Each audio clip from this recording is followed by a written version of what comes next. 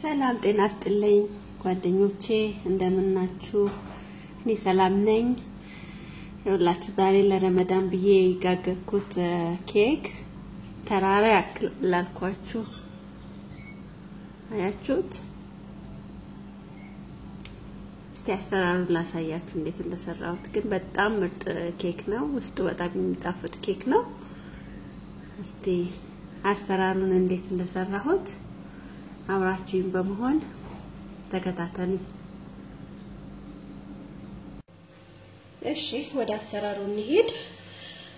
ለዚህ ቫኒላ ኬክ የሚያስፈልገን እንደምታዩት 4 እንቁላል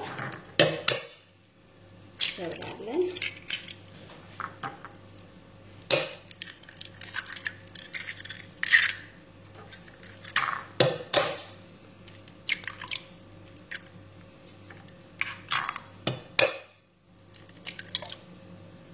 እንደምታዩት 4 እንቁላል ጨመር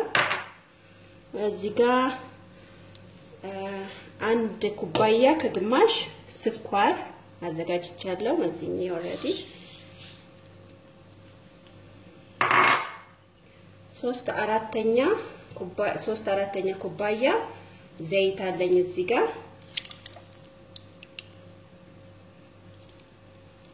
አሁን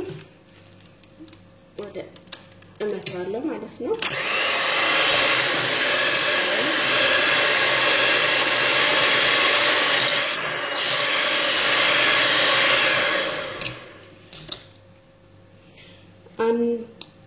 አንድ ኩባያ ከግማሽ ውሃ አለኝ እዚህ ጋር ማለት ነው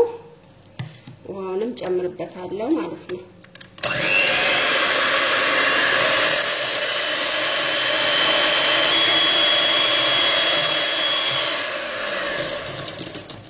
እሺ አሁን ደግሞ 3 የሻይ ማንኪያ ቫኒላ ጨምርበታለሁ ማለት ነው 2 3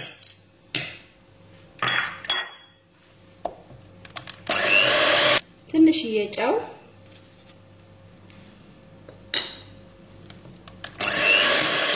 እሺ አሁን እዚህ ጋር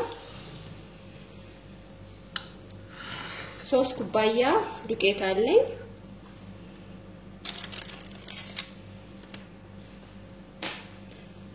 ሁለት የሻይ ማንኪያ ቤኪንግ ፓውደር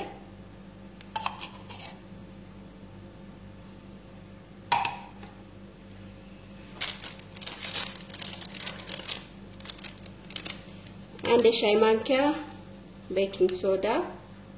ወይ ደግሞ ባይካርቦኔት ሶዳ ማለት ነው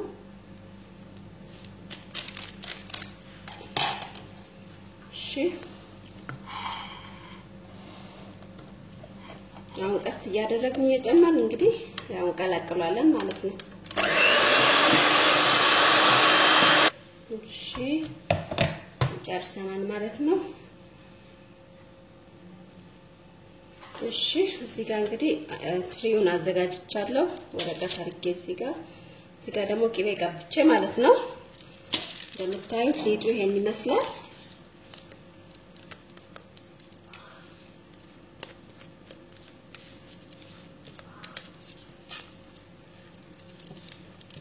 በጣም የሚወደድ ኬክ ነው ቫኒላ ኬክ